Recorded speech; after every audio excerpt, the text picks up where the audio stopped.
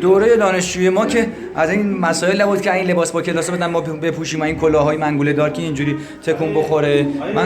منو صدا کردم برم رو صحنه مدرک مدرسان موفقمو بگیرم. دوره اول که با دکتر سیدا اینا بود، اینا مثلا بچهای دوره سوم، اینا از من پایین‌ترن، یعنی من بالاترم، من دوره اول بودم. خدایا شکر منم بالاخره با تاثیر شد. با من همراه باشید، بیاین اینجا.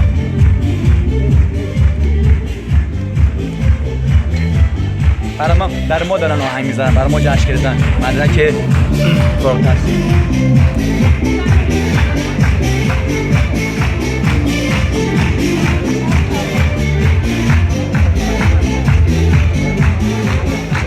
بسیار عالی. آرزوی توفیقات دوچندان رو من اومدم داریم برای آقای حسن ریوندی.